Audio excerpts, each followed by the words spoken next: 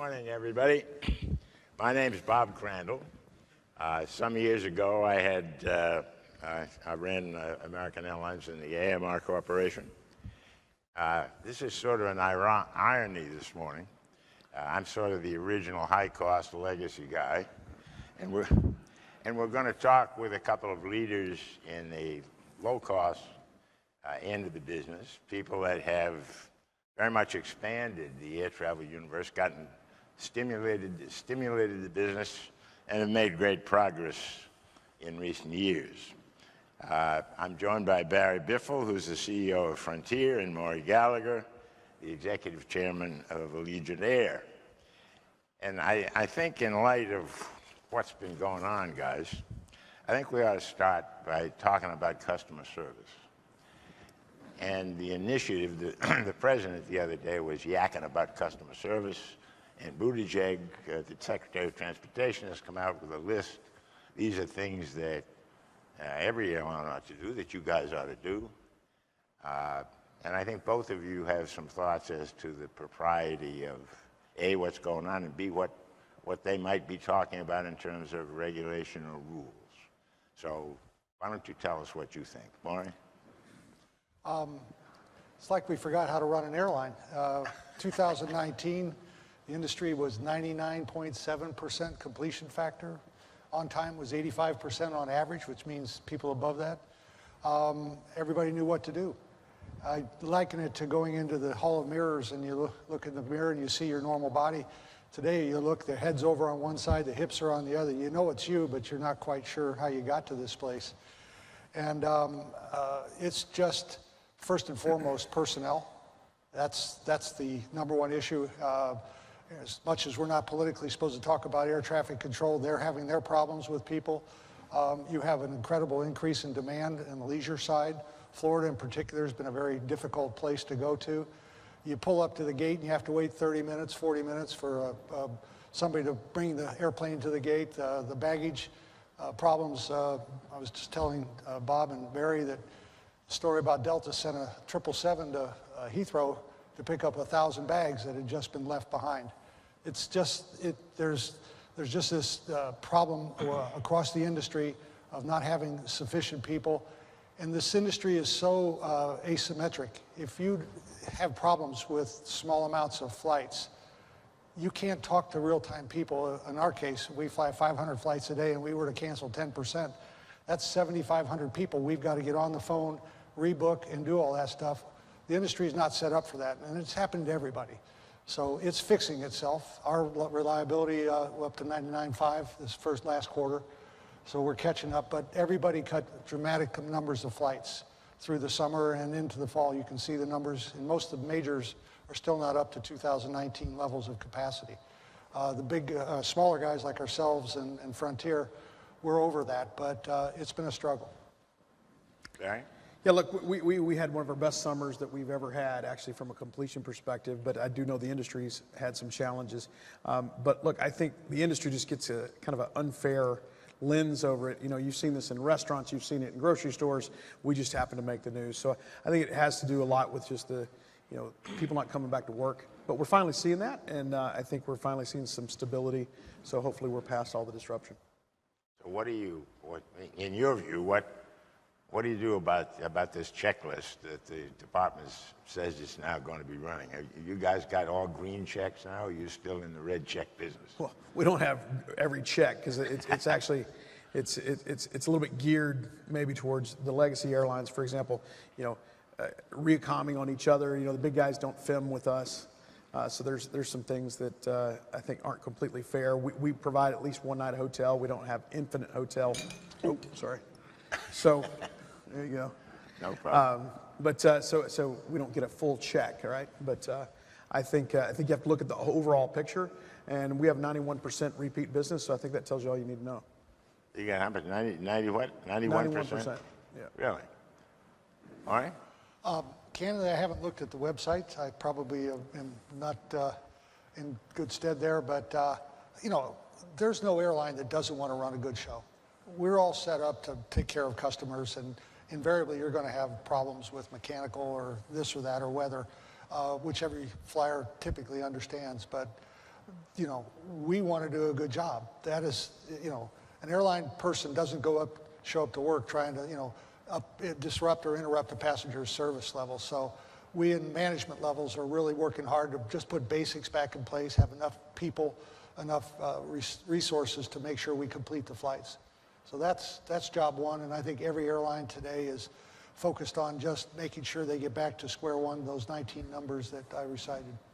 Well, I think you make a good point. I've always thought that customer service, to a very considerable extent, comes from the fact that the people you're dealing with, people who work for the airline, they want to be proud of the airline. Absolutely. It doesn't make any difference whether it's Allegiant or whether it's American Airlines. They want to be proud of it, and they want to do a good job. Yeah. It's interesting that Spirit apparently has hired Disney to do some customer service training for their people, which sort of leads me to think that they're thinking in terms of customer service. And coming back to the point that Barry made, what percentage of repeat business do you get? Are either of you guys doing anything of that kind? We spend a lot of time on our brand, and we pride ourselves in not just having low fares, but having great service. And it's disappointing, everybody's talking about, what do you do if you fail? Well, why don't you focus on not failing in the first place, right? I'd rather invest in that, and that's the number one thing you can do is not cancel flight. Number two is don't lose their bag. I think that's right. If you'll do those two things, it kind of works out. Well, we used to say, if the airplane's on time, it was a great flight. Yeah, there you go. If the airplane's late, the flight attendants were ugly and the food was terrible. Well, let's face it, we're not selling a night at the Ritz or a weekend at Disneyland. We're selling basic transportation that's affordable, efficient, and the customer knows that if I make my reservation, I show up, to Barry's point, it leaves on time, my bag gets taken care of. If they want to pay to check a bag, in our case, we've been successful. And that's what people, we're a transaction typically in an environment where somebody's going to have an experience. And if the transaction screws up, the experience is bad to start or bad coming home. Interesting.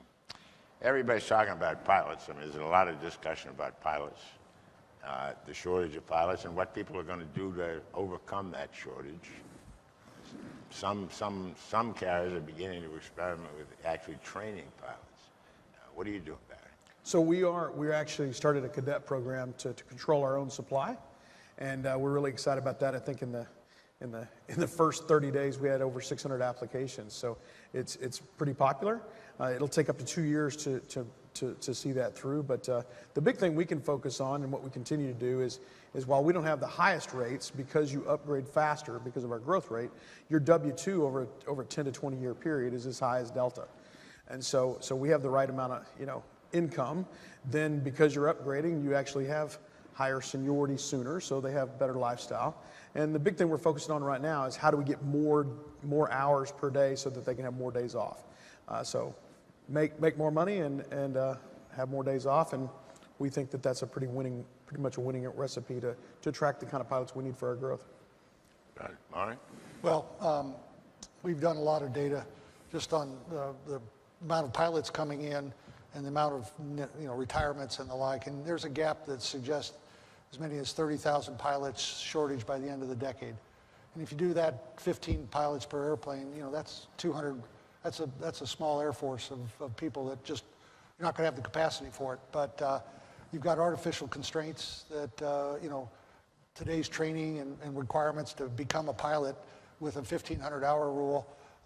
There's no infrastructure to take a pilot from 250 to 1,500 other than go to college, you get a couple hundred off, and things like that. In the military, they'll knock some off. But that cost, if you just go rent an airplane and fly a Cessna 150, that's a couple $100,000, $300,000 to do that. So this is the only country in the world where the airlines don't train their pilots. They literally knock on our door.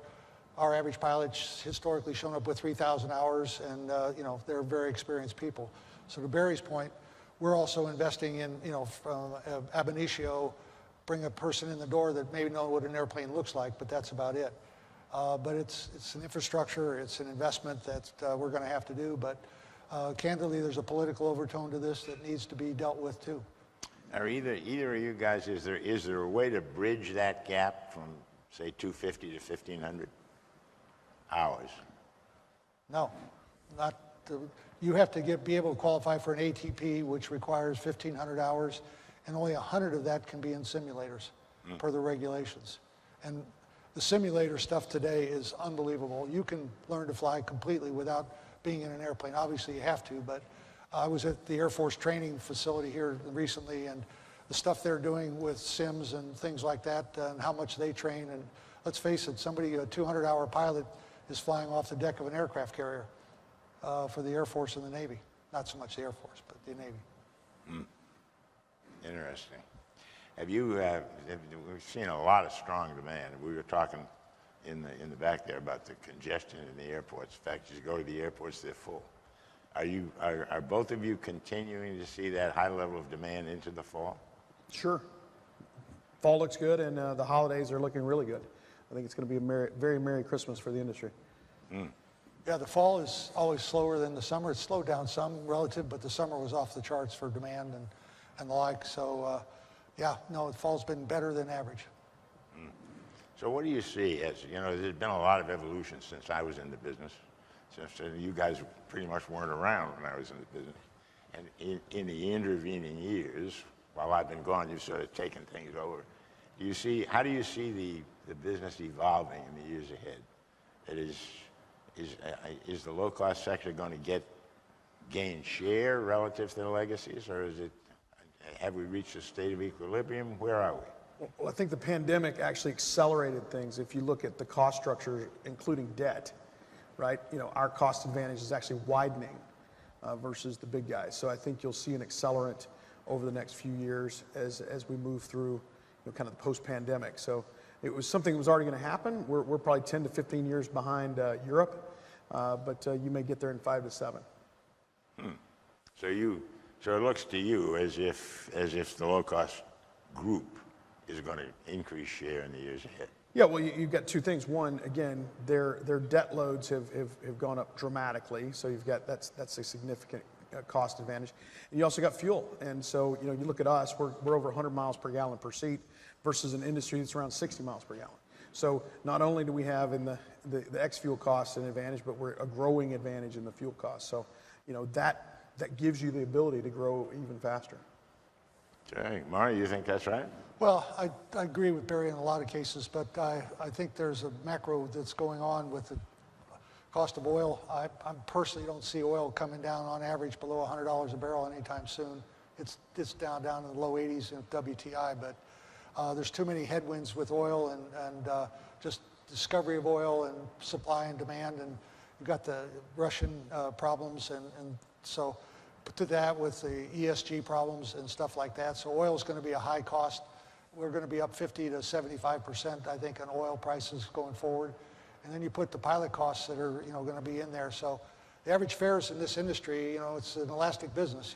Fares, you raise fares, less people fly, you drop them, more people. And we've been successful because we go in and drop fares 50% on average, typically, when we go into a city. So we stimulate traffic. But I'm a little concerned that the cost of travel is just inherent cost is going to go up enough that there's going to be somewhat of stagnation. Now, does that mean market share can shift, per Barry's comments, I think? But you just can't raise the costs the way they've gone up in the last 6 months to a year and not see an impact on traffic.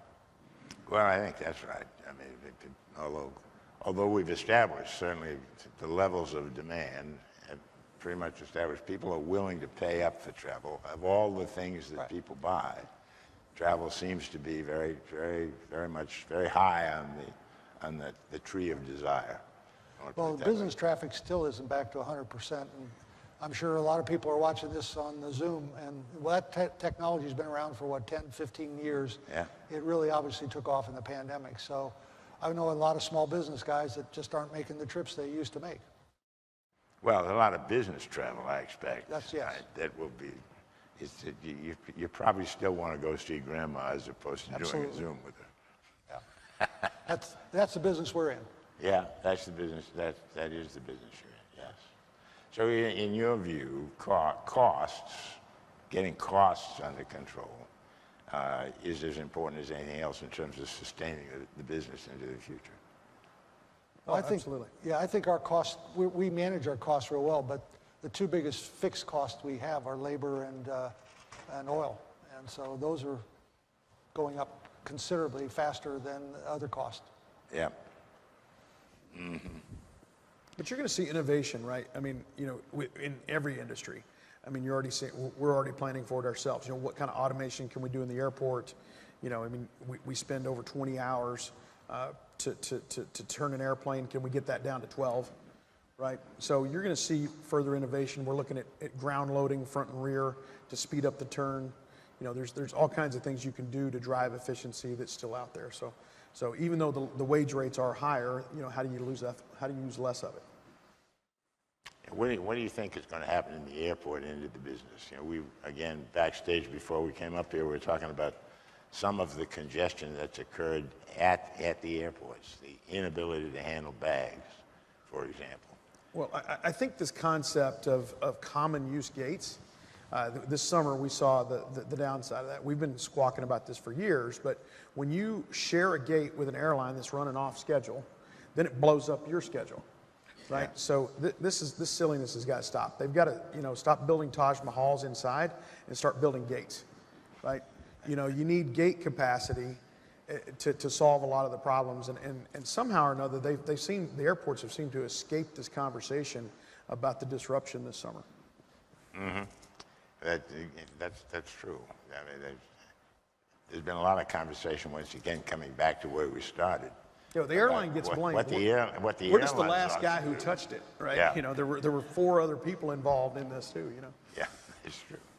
You expect all of this will there be any incremental regulation in your view? Well, let's hope not. I think there's an attempt every time we turn around. I mean, the latest one, I saw they want to regulate seat pitch.